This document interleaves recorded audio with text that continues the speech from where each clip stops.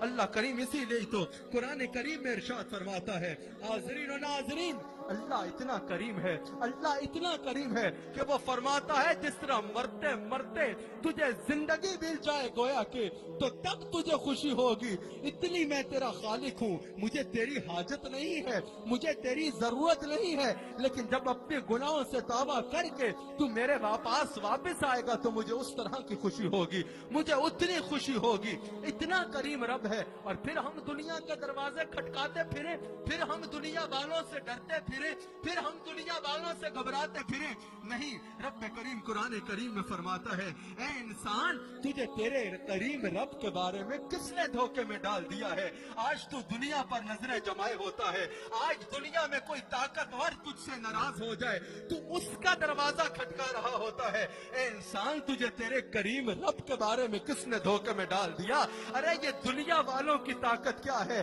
اصل طاقت والا وہ رب ہے، تجھے اس کے بارے میں کس نے دھوکے میں ڈال دیا؟ اگر آج کوئی تیرے علاقے کا سیٹ تیرا تجھ سے ناراض ہو جائے، تجھے نیندیں تیری حرام ہو جاتی ہے، اے انسان تجھے تیرے کریم رب کے بارے میں کس نے دھوکے میں ڈال دیا؟ اے انسان آج تو ضرورت مند ہوتا ہے، تو ہر دروازہ کھٹکاتا ہے، ہر دروازے سے بھیک مانگتا ہے، او میرے بندے تجھے تیرے کریم رب کے بارے میں کس نے دھوکے میں ڈال دیا؟ ذرا اس کا کریمانہ انداز تکلم تو دیکھو، وہ فرماتا ہے میرے بندے تجھے تیرے کریم رب کے بارے میں کس نے دھوکے میں ڈال دیا؟ آج تو گناہ کا ارادہ کرتا ہے، آگے بھی دیکھتا ہے، پیچھے بھی دیکھتا ہے، دائیں بائیں بھی دیکھتا ہے کہ کوئی مجھے دیکھ تو نہیں رہا، کیونکہ تجھے لوگوں سے حیا آتی ہے، اگر کوئی نہ دیکھ رہا ہو تو گناہ کر لیتا ہے۔ اے انسان ذرا ایک بار اوپر بھی تو دیکھا کر، تجھے تیرے کریم رب کے بارے میں کس نے دھوکے میں ڈال دیا؟ تجھے تیرے کریم رب کے بارے میں کس نے دھوکے میں ڈال دیا؟ پھر رب کریم ارشاد فرماتا ہے انہی آیات سے پہلی آیات میں کہ اے انسان جب آسمان پھٹ جائے گا، جب زمین پھٹ جائے گی، جب ستارے بے قابو ہو جائیں گے، ستارے بکھر جائیں گے، جب سمندر کے پانی بے قابو ہو جائیں گے، جب قبریں پھٹے گی، تو قبروں سے باہر آئے گا، تب تو جان لے گا کہ تو نے آگے کیا بھیجا ہے اور پیچھے کیا چھوڑا ہے۔ آج آ جا، آج اپنے رب کے دروازے پہ آ جا، تجھے تیرے کریم رب کے بارے میں کس نے دھوکے میں ڈال دیا؟ آج تو رب کا دروازہ چھوڑ کے دنیا والوں کے دروازے کھٹکا رہا ہے۔ ایک اللہ والے تھے، ان کو ایک بادشاہ نے اپنے دربار میں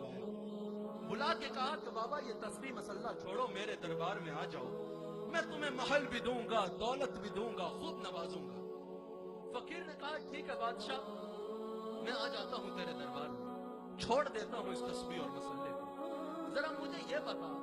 اگر میں تیرے دربار میں آ کے